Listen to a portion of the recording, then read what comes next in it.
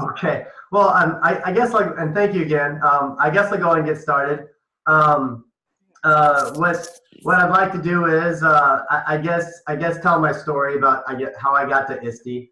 I'd like to talk about what gen ed can learn from special education, which I know I have some at least a few guys that'll be interested in that.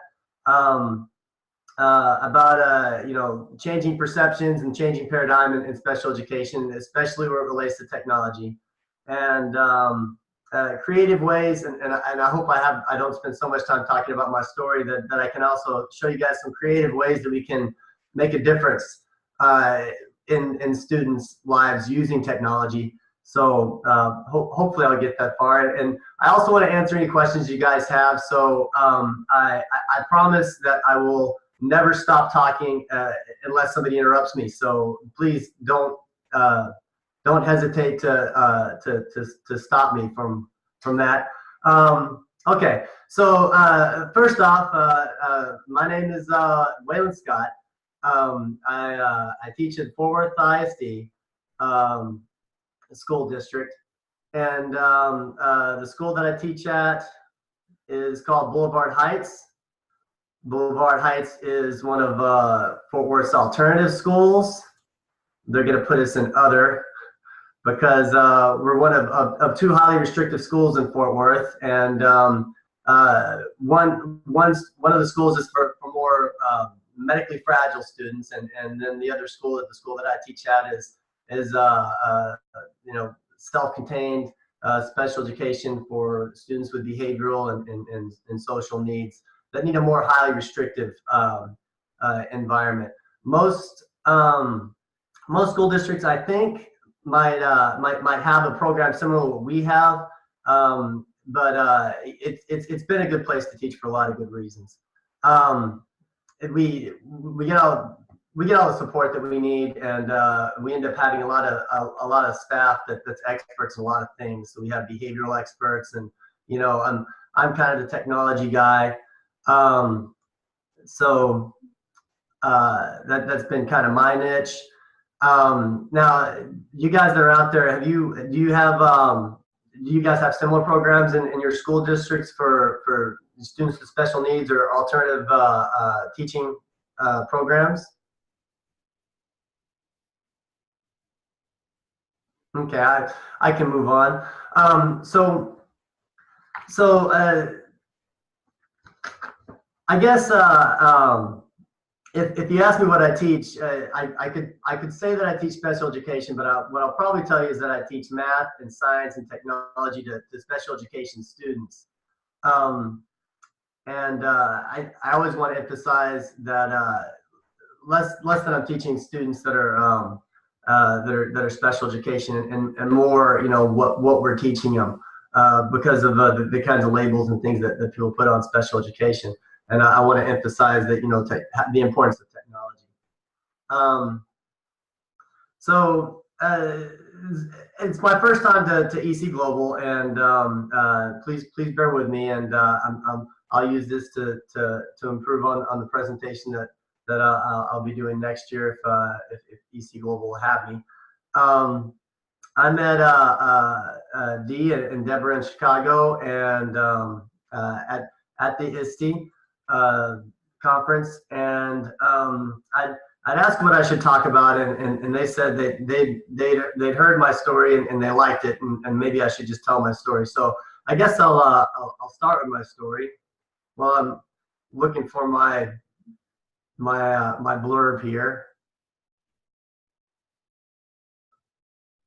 I don't do a whole lot of work on the website, but there's some. So that's that's that's that's pretty much me in a nutshell. I talked a little bit um, uh, about my history prior to teaching in logistics, and I've spent about 16 years doing that, and needed a career change, and I've been able to use some of those skills, those technology skills that and in logistical and transportation skills, and oddly enough in special education.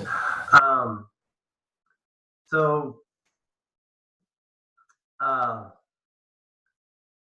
what landed me at ISTE was that I think I've just been able to challenge people's perception and how they feel about special education and technology, and especially people that really haven't had a lot of experience working with special education. So people kind of have their perceptions and how they feel about things. And uh, early in my teaching career, I'd affirmed my belief in how productive I was as a member of the team, because my peers had voted me a teacher of the campus. And that it turned into a kind of a stepping stone. Because of that, I was nominated for the uh, the the chair of teaching excellence, which is a program that they have in Fort Worth for teachers that are excellent in particular categories. Um, uh, they'll have the competition for teachers that are excellent in math and excellent in science, and secondary math and science and performing arts and CTE and special education, things like that. And you would probably expect for a person who teaches special education to apply for a special education award. And my strength has always been in technology, and I kind of broke the mold a little bit, and I had applied for a CTE because not so much for the career portion, because most of, or all my students, they're not going to go to college, and they're probably some of them may get productive jobs, but most of them are not going to get jobs. But I do teach technology, so that does fall under CTE. And what I ended up doing was sharing with some business leaders and community leaders about what it is that I do in special education, and how, especially how I teach nonverbal students to talk, and how I build tech tools for specific student needs. And when they saw that, I think they probably thought a little bit differently about the role of technology in education, and especially where it comes to career and technology, where other participants were building bridges and showing their students around robotics and things like that. I'm helping students use technology to learn to talk. So I think it probably sent a different message about technology than maybe they thought they're going to hear. And so I won that award, and that, I think that made me the first special education teacher to win the CTE award. And then the next year, there's the Tech Idol competition, which is really how I made it to ISTE, because I had the district had put on a competition which they called Tech Idol, and the competition was for technology integration into the classroom, and I'd won that competition. So the grand prize for the competition was a trip to ISTE, and the way that I won that competition was kind of the same thing. I had kind of an over the top kind of presentation that actually showed the student engagement and put the students' activities on display. And then I had members of my team that supported me. They had announced the winner at the 4th ISD Tech Conference, which I presented at, and they filled up the front row, and they had encouraged the rest of the 1,500 people or so there to vote for me. And based on my presentation and the responses to some questions and the people voting, that I was the winner of that competition, and the prize was to go to ISTE as an all expenses paid trip. So and the last thing I did to get to this EC Global was that I had met Dee, and I'd met Deborah, and had shared with them my story, and so here I am. So hopefully that that wasn't too boring. But did you guys have any questions about my claim to fame? Wayland, can you see the chat box at the bottom? Kathy's asked a couple questions and made Okay. for you. It's an orange box, kind of. When you hover at the bottom of your screen, there's a little chat, or it may say more, and you have to look at the chat. Okay, let's do that. Let's look at that. I see chats. Let's see. And mine might be a little bit different because I'm recording as well. But let's see. I wonder. Let's see. I'm gonna pull it off of share. Okay. And maybe that'll help. So. Maybe so. Maybe, I hope. Okay, we'll play. We'll see. And apologize for that. I pulled up a chat box. I see the chat box, and it's asking about a new chat. I don't want a new chat. I want the chat that we have. Mm-hmm. So let's see. Well, Kathy said as well that one of her goals is to get comfortable with Zoom, and I responded, yes, this is my first big giant Zoom experience, so I've had so we're all in the same boat with that. No worries. I don't want to inconvenience anybody else. Yeah, no. I want to answer questions. So I guess the big question she said, it's awesome that you switched careers and got the award. What did you use for the presentation? Okay, so the presentation, the way that this was set up was, and I guess I can talk a little bit more about, I'm sorry? Okay, I'll talk a little bit more about kind of finding your voice, because I've always been able to talk more about not just the things that I teach in special education, but the importance of all these other things. And so I kind of put that into my presentation. What did I use? The first segment of the competition was to send a 2-minute video about yourself, and why you feel like you should be tech idle. And I'll tell you what I did differently was, if you can see my face talking to you, they used Flipgrid for this. Then that's what all the contestants that made it to the top 25 did, except for me. What I did was I just made a very thought out video that kind of displayed my skills and showed actually showed what the students are learning, what the students are doing, and why I felt like it was important that I was that I participated in this competition. And I don't know if anybody else really thought that was an option, because one thing I didn't want to do was just show people, just talk to people and tell them why I felt like I was important. So I wanted to show them why I felt like I was important, and that's what I did. So that was the first submission, and that's what got me into the top 25, I think.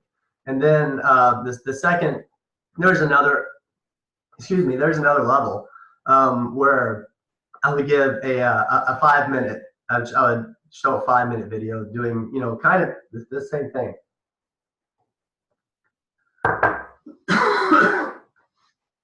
I'll tell you what I could do. Why I seem to be losing my voice. I could actually show you the video if you guys are interested. Then I could show you that first video, and hopefully you'll have sound, or I could give you I can also, if I can pull up the chat box, post a link. I wonder if I didn't close that chat box off when I first opened it, or maybe if I make this full screen. I'm gonna try this real quick, just to see if this helps while I'm just kind of learning. I've used Zoom a few times.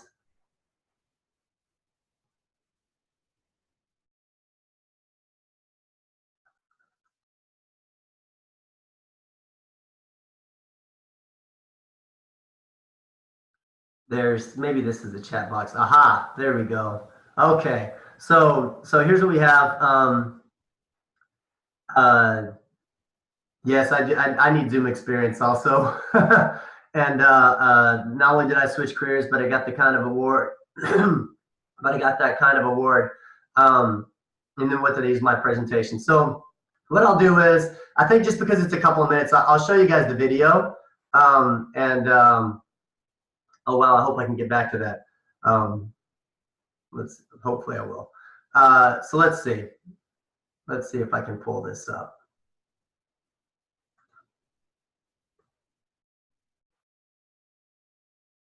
This is my private, I guess, YouTube calendar, video library.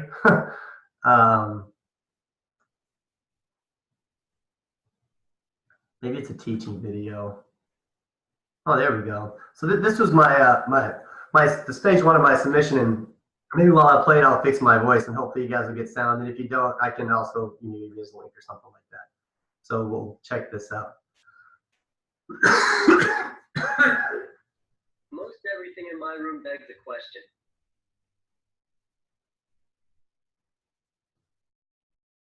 What will this do? Why does this work? What will happen next? When I find a student's interest, I hone in on it. Build technology around it. When I can't find their interest, I just keep building stuff until I do. That's what earned me teaching chair for career and technology education in 2016. In fact, I might be the only special education teacher in Fort Worth ever to be presented without honor in CTE. I'm Wayland Scott, representing Boulevard Heights, and innovate is how I educate. I'd like to show you what I've been innovating for the past few years. It works as a hub for my other innovations and students' environments, and pretty much drives everything I do while I teach. It's my interactive visual schedule. With this technology, I keep my students engaged and keep the teaching student-led. This is how I ignite a passion for learning in anyone in my room and ensure all ALL of my students are prepared for success in college, career, and community leadership. My interactive tool is ideal for special education students, but I'm promoting it for all primary level students. It's what I'll be presenting for the Region 1011 and the 2018 Fort Worth ISD Tech Conference. If I win Tech Idol, I'm hoping the trip to Chicago will yield inspiration and maybe opportunities to develop my tool into a software that can be easily shared throughout the district and beyond. But don't take my word for it. Stop by and visit. See what it can do. Thank you for watching. So that was my submission, and that's how I got to level 2, which was this video, which was 5 minutes. But and we can show that or not. But the important thing is that once again, it was definitely more entertaining than just watching me talk. Right? You got to see what the students were doing, and I didn't think I was doing it at the time, but I was kind of thinking outside the box because nobody else put that much effort into. It seemed like they put that much effort into the submission, and it was kind of like that throughout the competition. I mean, a lot of people wanted to do the competition. A lot of people submitted stuff, and the second video is kind of similar. I show what I'm doing. I show what the students are doing. You see a little bit more of me interacting with my students. It included a soundtrack, so it was a little bit more fun. And you also get to see what happens over time. I show the same kid when he's a kid, 3 years, and then I show him 3 years later, and you can see, in the video, the difference between, when he started and where he ended up. So, that's just kind of a taste of what set me apart from other people. And once again, it showed people the kinds of things that can happen in special education. So a lot of times what people were thinking of and how things match up are different. Which I guess, we could also ask, is perception reality? And what we'll find is, let's see if I get the same Google search I did last night. There it goes. According to Cora, but people still don't understand the simple fact that perception is different from reality, and that everyone has their own perception of the world. Everyone thinks their perception is reality. So there become millions of realities, when in fact there was only one. And it's always bothered me because I've been in places in logistics, and for a while there's this catchphrase, and everybody would say perception is reality, and I always rejected that because I knew very well that I need to present a certain image, but at the same time, if that image isn't true to reality, then I'm misleading people, and I think that happens a lot in people's perceptions. I like this because this guy sees 4, and this guy sees 3, and it's their perspective. If you cover that up, the sound waves and the electric guitar there that I was doing the other day at school. So I'm using some technologies right now. You guys have seen me use Google Voice. This is something that you can use to help English as secondary learners and other people that are having problems with English, and it's something functional that people use throughout their day every day. So that's just a little teaching tool that might help. And this is a snipping tool. A lot of smart boards will have the same kind of technology there, but we're taking something that we see, and then we're using technology to build on it. So if you were to here, let's copy that, and then we'll paste it in somewhere. There we go. Now let's just take a shape. I have one there. We're not talking about voters, and I'll put this in front. I'm talking about the things that I'm doing because that'll help. So this guy is going to see 3. He says, I see 3.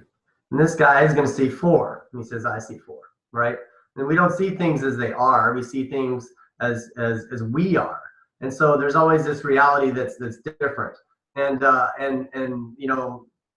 again, people's perception and reality are different, and people's perception of special education doesn't always match. And so I always like to show people how things can be, because usually when people are thinking about special education, they're not thinking about using things like the snipping tool, and they're not thinking about using things like Google Voice. But they should be. If they're not, they should be. And I think that anybody who's taught special education for a long time, especially right now, they're teaching with these technologies. But there's a paradigm shift that is only starting to happen. Okay, I'm going to talk a little bit more about that, because hopefully I'm not missing any chat questions. So I talked to you guys a little bit when you watch the video about this kind of Excel tool that I use to maintain my students' schedule and throughout the day, which this is my summer school schedule, so it just runs until noon. But I organize it in a way that there's a toolbox for everything that we might possibly need for, say, science. Let's go to science. I don't know where I'm going. There's a science toolbox. There we go. And these pictures here will all take you places that we might use for science. And so I've tried to organize this in a way that you might see like on an iPad or something like that. They look kind of like apps, and this is how people navigate. And if they do it in my classroom, they'll do it on an iPad. But this whole idea kind of came from special education. I mean, we were using visual. Mayor Johnson was using visual icons, way back, and that was kind of our predecessor to the kinds of visual icons that we use today, and not just in special education, because anybody who looks at their smartphone is going to use visual icons to get to the apps that they want. and these people in special education are innovators, and people in special education are inventors, and we develop things, like some of the things that I've developed. I'm going to stop right there, and ask for some interaction on what you guys think about some of these things, about maybe about the competition, or maybe about perception as reality, or some of the technology teaching tools that I might have shown, and see what time it is. I don't want to. Okay, so I still have half an hour. So what questions or comments might you have while I check out the chat room? I can remember how I did it. Can you hear me, Wayland? I can. Oh, good. I would like to know more how you used Excel, or if you can either share now, specifically what you did, or if you have some documentation. I don't have a smart board, and I generally use everything Google Sheets, Google Docs. But this looks really interesting, so I don't know whether you can share what more you could share about that. I can, and I'm going to I'm going to also tell you guys that if you want to contact me for more information, because I might leave some details out, or I might not give you exactly what you're asking for, you can always contact me. It's Wayland, WAYLAND, just like it says here, .Scott at Fort Worth at fwisd.org, and just email me. So I'll start off with a story. I'll tell you guys about a student that I had. The thing about Excel is I've always been comfortable working in Excel, and I can do just about anything that I want to do in Excel. So that's going to be the tool that I kind of naturally gravitate towards. And when I had first started teaching, I had a student, and I had noticed, I'm going to open up a new sheet, and I noticed that he had. I'd heard something from the back of the room, and he was saying, right click, copy, and paste, and then you have a hyperlink, and I go back in there, and I noticed that this kid is making hyperlinks in a spreadsheet, and he'd learned it from me because I've been modeling it from him, but I didn't realize when I was doing that I was teaching him. I didn't look at things like, I've always been interested in teaching technology, but up to that point, I didn't realize how much I could teach just through modeling, and how far I could take it, because I'd inadvertently taught this kid how to make hyperlinks in Excel. And so, I kind of ran through it, and then from that point, I was very cognizant about what I was doing and describing what I was doing, because I realized that while I'm talking through these things, do a right click, copy, paste, right? That people were listening, and people were following that.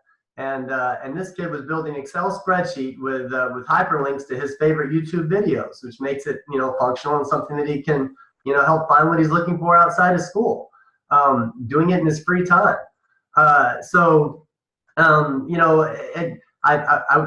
wouldn't knock the educational value of Excel. Most of the things that I do in Excel, when you're talking about the cool bells and whistles and flashy stuff, it's macros and it's hyperlinks.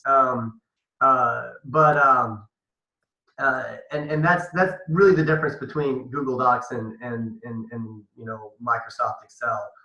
The Google Docs and Google Classroom and that stuff is really great and really important, and is beneficial for collaborating, and for teaching remotely, and for getting engagement without spending one-to-one time with every student. It's great for a lot of reasons. So I don't knock on that, but I don't think it's going to run the kinds of stuff that I do. So I'll show you a few things. Mostly what I do is just hyperlinks, and a hyperlink, you click on something and it does something. It'll usually take you somewhere. And here's how it works. If you do a right click, and I'll do edit hyperlink. I selected that. That's just a picture. It's just an icon. Okay, it could be like any picture. And I did a right click and I went to hyperlink. And I can link this to any web page. And I'll put the web address here. So when I click on it, it'll go to that website. And you can see how that would help a student, right? Who needs to remember to go to whatever website or whatever part of their schedule they need to go to. I can go to a place in this document. And these are all places in this particular Excel file, right? And these are the tabs. So this tab is for A, and there's for A. So if I tell it to go there, then when you click on it, that's where it'll go. And then also an email address.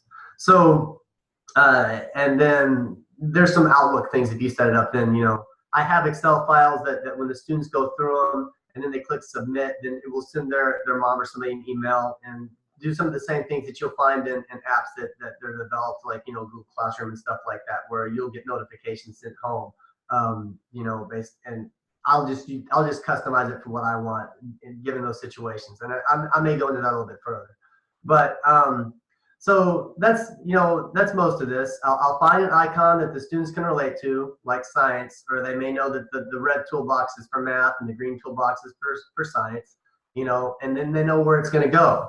And then, you know, these are places in their schedule. So if it's 9 o'clock, where are they going to go next?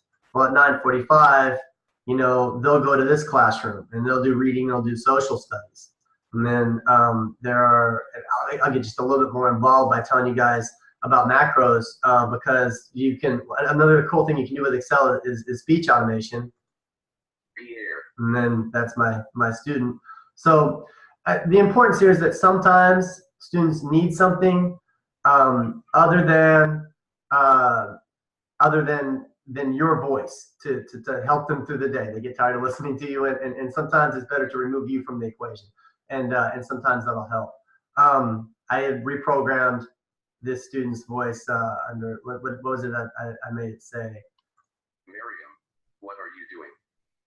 Please stand up. Let's look at the clock. To remind her how much time we had before, you know, mom was going to come pick you up. How did I do that?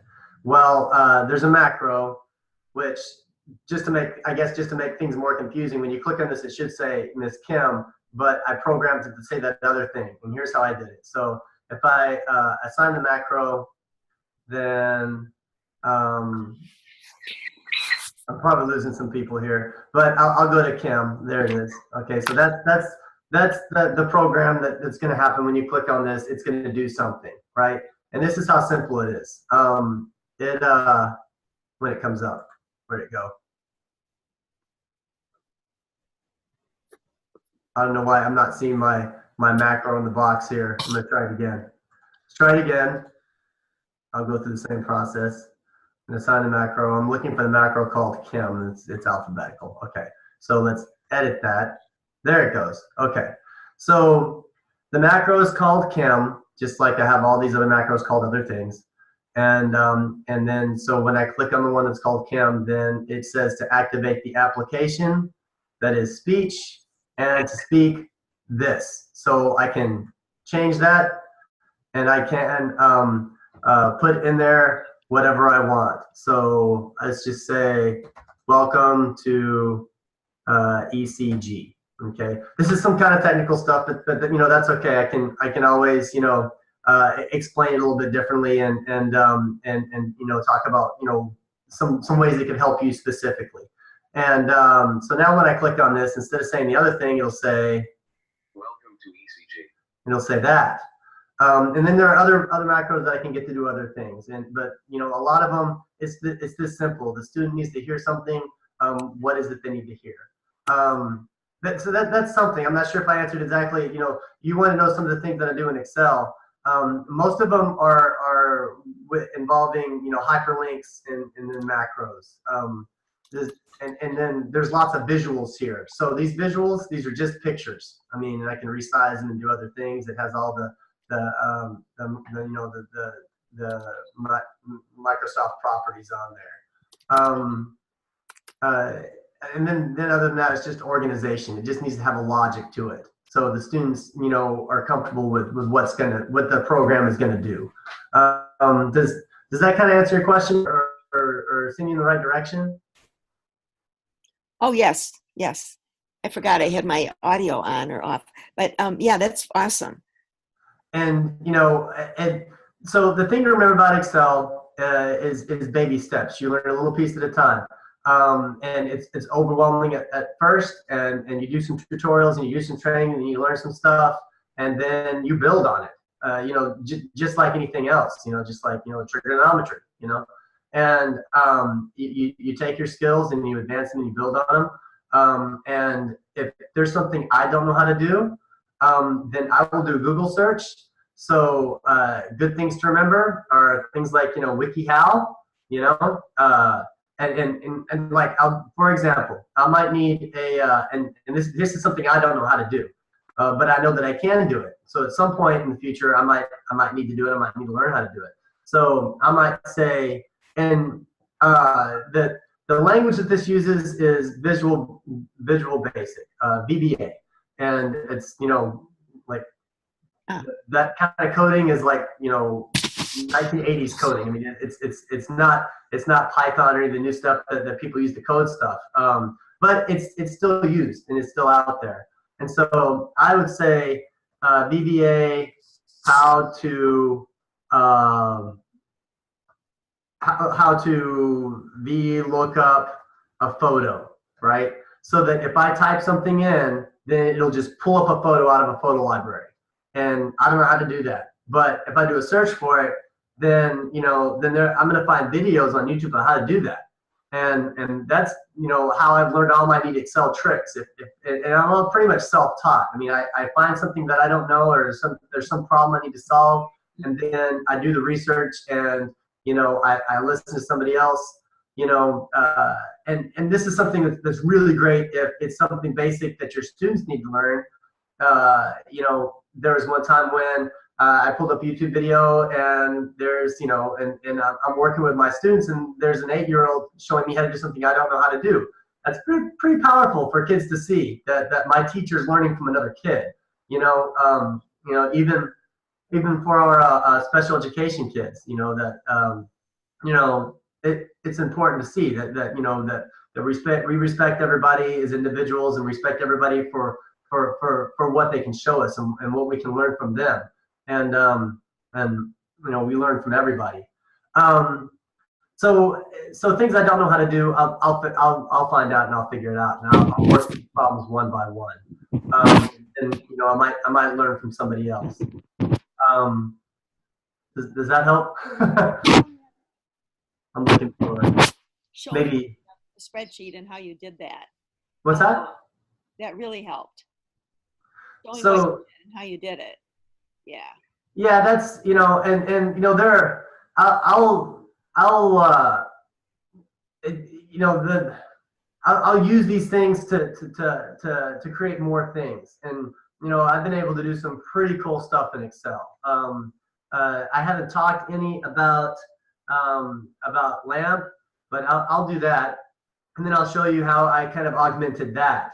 So, and if you're not familiar with this, it may look kind of complicated, but especially for English as second learners, I mean, this is how I teach my nonverbal students to communicate.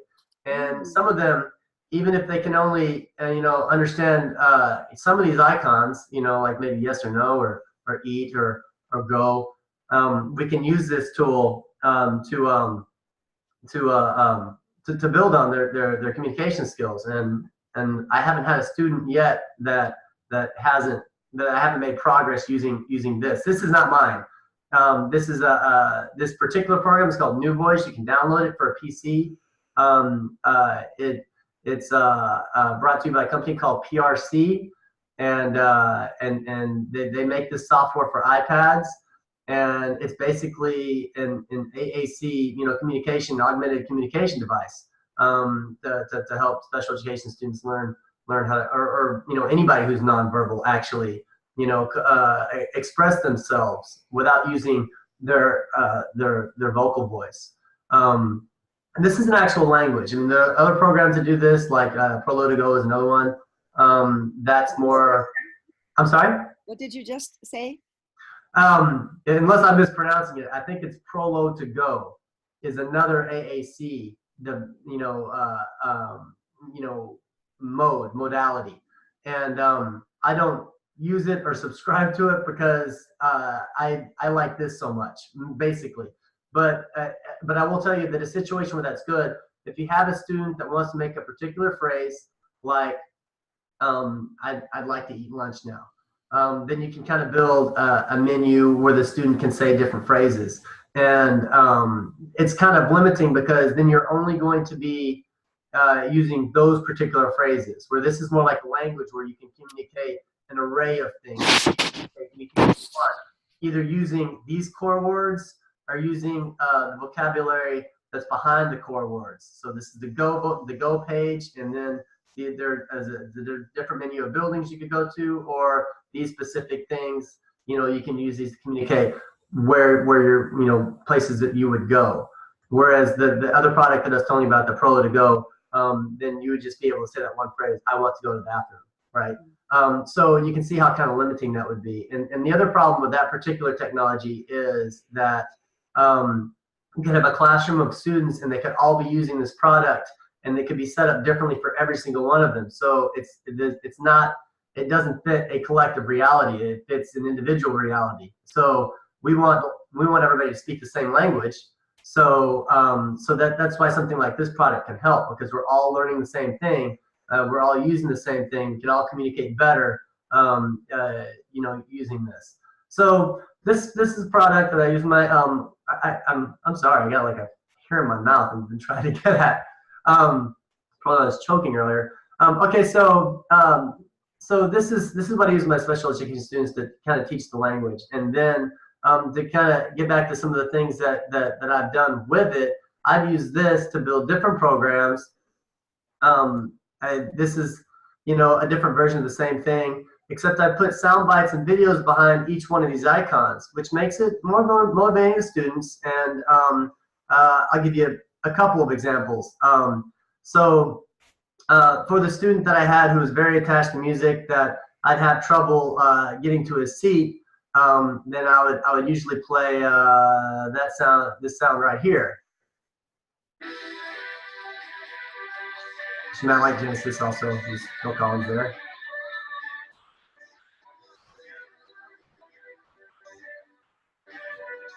So we don't, and then 10 seconds is enough. We don't fight about things like this. We just redirect, So and then sometimes we'll do a brain break or something like that, and somebody wants to have a dance party, but at some point the dance party is over. Then what do you do to get people from that point back into the learning mode? And then I'd have a sound bite for that.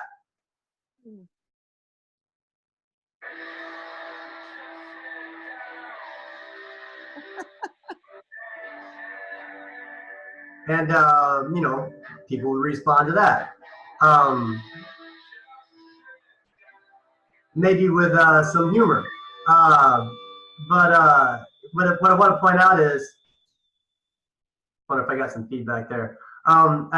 You get, I've used this technology and I've augmented it even further. And this is, this is kind of a handshake between Excel, because this is an Excel file, but I've hyperlinked it to a video that's on my computer, and that's all I did. So this is a picture, and then if I right click and I edit that hyperlink, you'll see this is where that video lives. And when you click on it, it just takes you to the video. And I have like probably a couple thousand of them. I collected over the years. And I'll show you one more for the student that will not accept no for an answer, and we could fight about it. But when I played this clip for my student,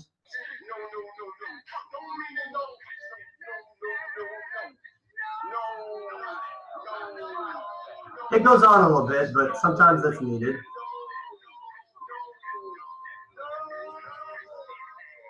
So anyway, I had this student, and he was having problems accepting no, and I tried to tell him 3 different ways that the answer wasn't yes, and it just wasn't working for him, and I could sense that there's an imminent meltdown But when I played that video, he had started laughing and was distracted and had inadvertently forgotten why he was upset, or at least, in the very least, accepted no for an answer because, you know, we were able to move on with the lesson. So, you know, you can do stuff like that. That's why these things are important. And they're fun for the students, and they also help teach the language. I built another function in here that does, you know, speech. So we can, and I'll show you guys a little snippet of how we can use this to augment communication in functional ways, and how we can use core vocabulary, as your speech pathologist will tell you, to express just about anything.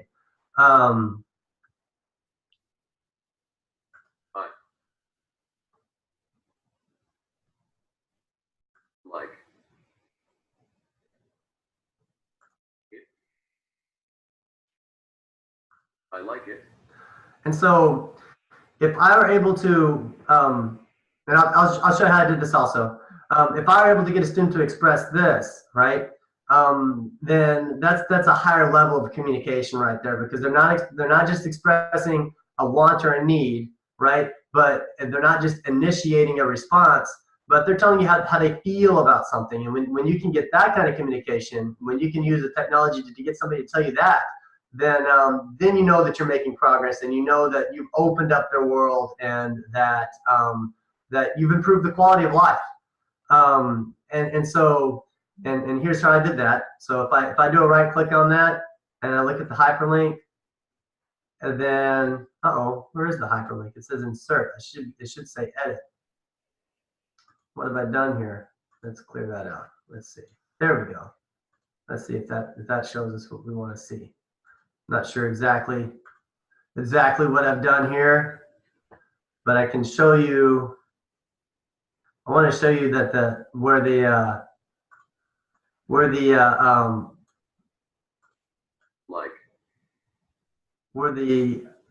actual hyperlink is. Oh, you know what? It's not a hyperlink. Okay, all right. Sorry, I'm back on track now. I'm confusing people. Okay, so the difference between a hyperlink and a macro. So it's not a hyperlink, it's a macro.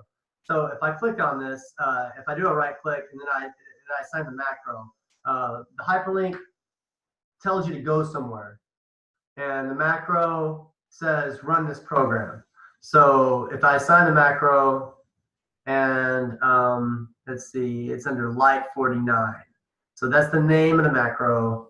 And if I find it, so there it is, and then I edit it, then it just says, to say like out loud, application speech, speak like, and then it says to do some other things and some formatting things, to change the color to, you know, from gray to white or whatever, you know, so that it highlights it. And how did I figure out how to do this stuff? I went to Google. I did a web search. I found the code that I was looking for. I copied it and I pasted it in here. So it's kind of the same thing I was saying earlier. If I'm not telling you specifically how to do something, I may not even know how to do it, but I knew where to find it, and I knew what to do when I had it. So, you know, this is how you can make technology work for you. And that, you know, that's why I can say that I'm good at lots of different technology type stuff. And then there's other stuff. I mean, there's so much stuff that I don't know. But if I encounter a problem, then if I keep digging, then I will find a solution to it. So my session's almost over, guys. I have about 7 more minutes. What are some final comments or some things that I can help you with, or before we turn this thing off? Any other technologies that you use that you haven't shared yet? This is fascinating. For sure. Okay, so here's what I do, because this is pretty important. I'm going to see if I can find the 10 most important tools. If I need to find where I saved it. Maybe if I do a search. And if not, I'll just have to rattle them off the top of my head. Let's see. Okay. I'm looking for 10 tools, because it's just, you know, there's some basic things that I use to do the things that I do. and I'm not going to spend our last few minutes looking for it. So I'll tell you, things that I use and some things that I've shown you guys. Use Google Voice and find an app that does a text to speech. Okay, and I'll show you guys. So this right here, it says convert text to speech. If I can highlight this and then I click on this button, it will say it out loud. I want to do a vlog up in my sheet 2 and get the comment picture returned to my sheet 1. I have been searching and searching that. And that gets to be a pretty useful tool with my special education students. And then if you have a microphone on your computer or PC, or if you don't, then you can get one. And then I use this for my Google searches. And sometimes, you know, the speech activation will just come up automatically, like maybe you've heard. And this is functional, and students use this, and we use it all the time, and there's no reason why we shouldn't use it in the classroom, barring inappropriate searches and things like that. You may need to put some controls in, because, you know, some students in some classrooms, the second you click on this button, you're going to hear some poop word fly out, and they're waiting for that opportunity. But you can be creative and you can get around that. And you know, we don't have time to talk about how, but you know, if you use your imagination, you can solve those problems too. But it is important, and I use that. Other things that we use for making videos: Movie Maker, it's free, or iMovie for Macs, and it's free. Use those tools, and sound editing tools. For my sound bites and sound manipulation, I use Sony SoundForge, but it doesn't matter. I mean, you can also find apps that do the same thing, and you can use those things, and you can get them on your iPhones too, or your Android phones. I mean, they're, you know, sound processors and sound editors. I use those things and then maybe if you find a movie that's inappropriate through some section, you can edit those sections out and still make a usable educational video. Or if you wanted to, you know, change some language, then you can do some video manipulation. So, you know, I use those things so I can get to the usable portions of videos that we can use. And so video modeling and self-video modeling, the students can use to learn things. What else do I use? I mentioned doing research, using sites like WikiHow, and then I'll help students for things that they want to learn how to do. You want to learn, you know, what's legitimate and what's good, and what's appropriate. So you're teaching those things, but also you want people to learn that if they don't know how to do something, you can teach them resources to find those things. So WikiHow is another thing. What else do I use a lot of? I've talked a little bit about hyperlinks and macros. And I talked a little bit about the snipping tool. I took a snapshot of something that was online, and we can write on these things. I use this all the time. So if you don't have a smart board, you can get on your PC, and you can, if it's not already on there and hidden somewhere, you can search for it and add it to your taskbar or pin it down somewhere. And I use this at least several times a day, all the time. Anytime I need to explain something, I'll take a snapshot of it and I'll draw it on there, draw a picture or something like that to help explain something. And that's called, you know, that's called a snipping tool. Smart boards have these things built into them. If you don't have a smart board, that's something that you can do to get around that. There's some tools. What other questions? Okay, I'll go on a little bit. You can go to Firefox. If you don't have Firefox as a browser, you can download this. Pretty much the only thing I use Mozilla for is to download videos. And I guess I'll leave you guys with something I did this last week for one of my students. We'd spent the time talking about, you know, St. Elmo's Fire, the science phenomenon, not the movie or the song. And he's really interested in that, so I jumped on top of that. And we've been talking about static electricity in St. Elmo's Fire. We've looked at videos of that. The way he found out about it was his dad was a pilot. So I had his dad come to the school and give a presentation and talk to us about San Elmo's fire. And we talked about that together and learned some stuff. And then the last thing that I did that I'll build on next week was I used the video that I downloaded, and then we found a picture of a cockpit. We edited that so that we removed the background, made it transparency. We could put videos behind it. So this is a PowerPoint, but I'm going to turn this PowerPoint into a movie. Hey, sorry to interrupt, Wayland, but the next session is getting ready to start. Oh, yeah, so kick me off. Sorry. No worries. No, that's awesome. You've done such a great job, and I'm so glad Dee and Deb found you and encouraged you to do this. And so I think you and Kathy had fantastic conversations going there. So great connections. I hope it was beneficial. I don't want to get anybody else's way. If you want to contact me for more information, or if I could be more helpful, then please do send me an email or look me up. I'm at Boulevard Heights at Fort Worth ISD, and my email is wayland.scott@fwisd.org. And thanks again, guys. Thank you very much. And you can paste that link, your email address, in the docs in the room if you want to do that. Yes, I'll jump on that if I can figure it out. Then okay. Okay. Thank you so much. Thank you very much.